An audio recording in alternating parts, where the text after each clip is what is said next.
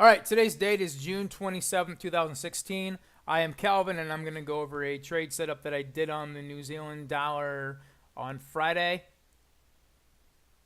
Hopefully this will help somebody. If you're lacking a little understanding or need some help, trading, I'm going to just throw out this free video today.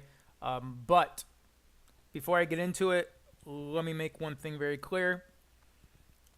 I usually do not take trend trades like this. I usually go for a reversal trade because you can make a lot more money on them, generally speaking. And my success rate on reversal trades is usually around 80 to 90%, depending on the market conditions. So I try to stick to them, but every now and then I get a trade set up on something that is too good not to take. So we had that app of the New Zealand dollar on Friday, so that's why I'm going to go over it. Okay, first of all, this is actually what I had noticed about the New Zealand dollar before I took it. We were retesting the moving average for the first time after a breakdown. See, this is the high, major breakdown, retesting the moving average. More often than not, when you get a retest of the moving average after a breakdown, really about 80% of the time, you have a significant fall off of it. So this made me very, very interested in the trade.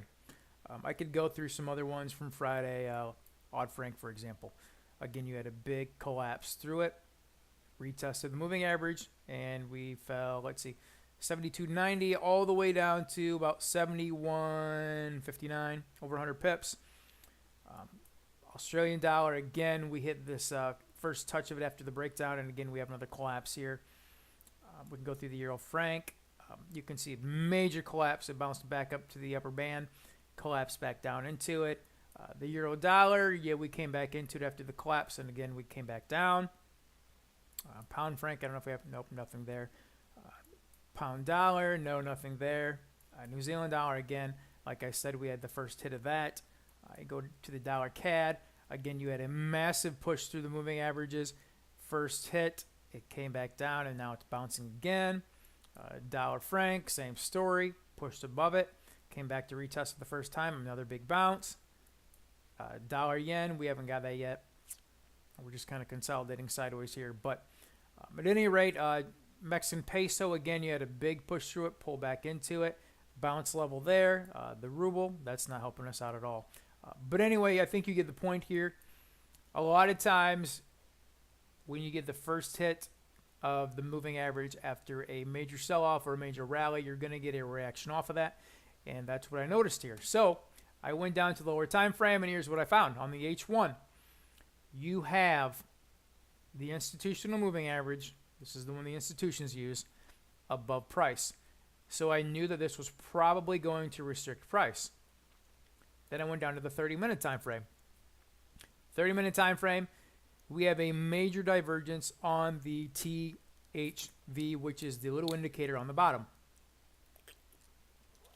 I'm not a big person on indicator. I like price way over indicators because indicators are a derivative of price, but sometimes you get things on the THV or other indicators you cannot ignore. You need to pay very close attention to them because it may be telling you something significant about what's going on in the market.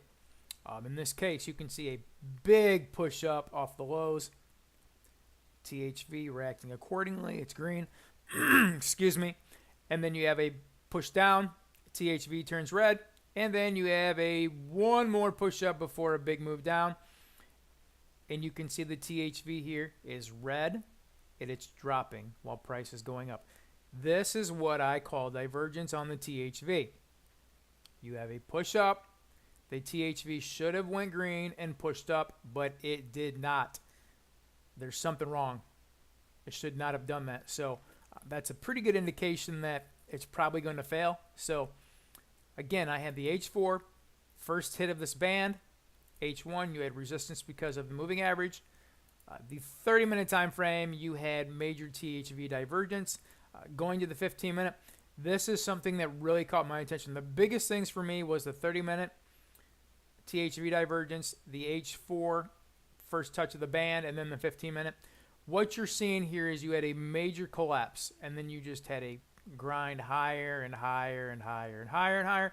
It kept going and going, going, going, going. And then finally, we got a pretty significant retracement towards the highs. It had gone forever, and this thing needed to pull back. So I saw a pretty good retracement back down, and then you had a slow push up. This is very key. I posted this on Facebook the other day on my business page because a lot of people don't realize this, but if you are trading a double top or double bottom, the retracement back into the level should be slow. If, for example, this went up, pulled back, and then you had a 2-bar move back into resistance, chances are you're going to get a breakout through the level. You should not be taking a double top if it's not taking price significant amount of time to come into that level. If I zoom in here, you're going to see 1, 2, 3, 4 bars push down. Now to retest this level, it took 1, 2, 3, 4, 5, 6, 7, 8, 9, 10, 11, 12 bars to get back up into that level. So really, you had a very slow push back into the level, which made me very, very, very, very, very, very, very, very, very interested in the level.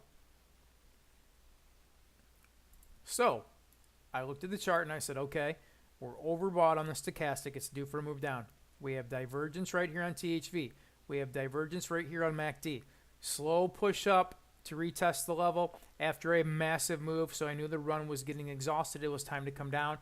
30-minute time frame, you have THV, major divergence on the THV. The H1 time frame, again, you had price being restricted by the moving average up here because, as you can see, price usually bounces off this moving average. H4 time frame, again, first hit of the band after a major crash through it. That is why I took the trade. I got in at 71.50 and then I closed at the gap because I assumed that the gap would probably fill, and who knows what would happen after that. But again, you can see we moved back up to the moving average, failed, moved back up in the moving average again, failed again off of it, and here we are down at the bottom. So we may see a little bit of support. It's probably going to bounce a little bit here or just consolidate before a crash. So I'll be watching it to see how it reacts down here at the bottom. But at any rate, again, that's why I took the New Zealand dollar. Again, you just kind of pulling it all together. And if I look at the daily time frame, you're going to notice there was a major level on the daily.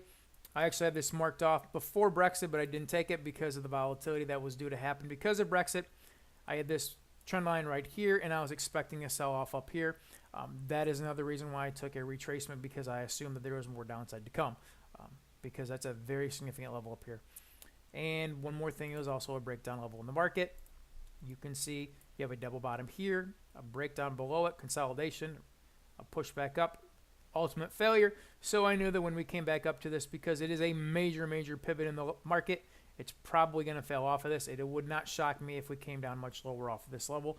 I will be watching in the days and the weeks to come here. So, but that's really the trade that I took.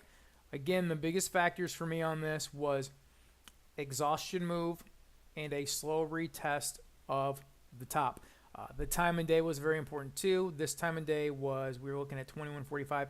It was the middle of the afternoon on Friday, so I was not expecting any kind of breakout, so I was more than willing to take a trade, a reversal trade off of this. And again, like I said, the other thing was the H4. You had a retest after the massive breakdown, so I assumed that we were going to probably come back down, at least test the lows. But again, I took about 75 pips off of that. Very good trade. So if you have any questions at all, be sure to leave a comment below, and I'll try to get back at you. All right, guys, have a good day. Bye-bye.